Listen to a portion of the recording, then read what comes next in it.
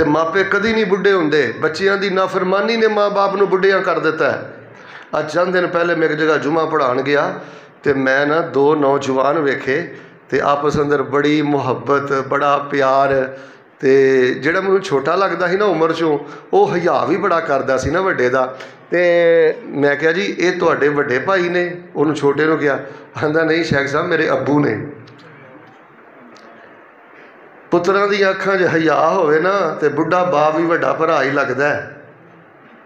सियालकोट में एक जुमा पढ़ाया, एक बुजुर्ग साहब का बड़ा तकरार सी, शेख साहब तुसीं ना मेरी दुकान पर आना तो लाजमी आना। मैं कहा जी ठीक है। मैं उन्होंने दुकान पर टुर गया। वो माशाअल्लाह उन्होंने लम्मी दाढ़ी, नमाजी दीनदार बंदे। तो यकीन करिया जे मैं मसीते बैठा, मैं मुजामलत नहीं करता, मुबालगा नहीं करता, सच्ची गल दसन लगा। मैं सोचिया कि माशाअल्लाह बड़ी बुजुर्गों की सेहत है तो चलते फिरते हैं। सेहत का मतलब है चलते फिरते हैं तो इन्हों की उम्र कम अज़ कम कोई 70 साल या 72 साल तो होनी है। मक्की मस्जिद वालिओ कन खोलिओ, इन्ना इन्ना इन्ना जुमला ही काफ़ी जे जिहदे अंदर कोई दिल है। तो मैं उठन लगे नूं पुछ ही लिया, मैं क्या बुजुर्गो तुहाडी उम्र कितनी है?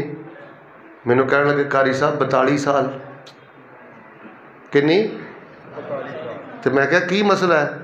उन्हें कहा कारी साहब वड्डा पुत्र ना फरमान आ, वड्डा पुत्र बदतमीज़ आ, उन्हें सारे घर के जीआं नूं अगे लाया है।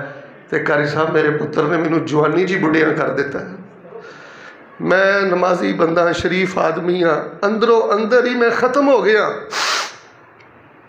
तैनू रफल दैन मुबारक, तैनू सुभान अल्लाह दी छल मुबारक, तैनू नारेबाजी मुबारक, तैनू सारा कुछ मुबारक। पर मैनू इत्थे आके जवाब दे, कल क्यामत वाले दिन तेरे खिलाफ अगर तेरे बाप दे आंसू निकल आए तो तू अपने रब का सामना किवें करेगा, अपने बाप का सामना किवें करेगा?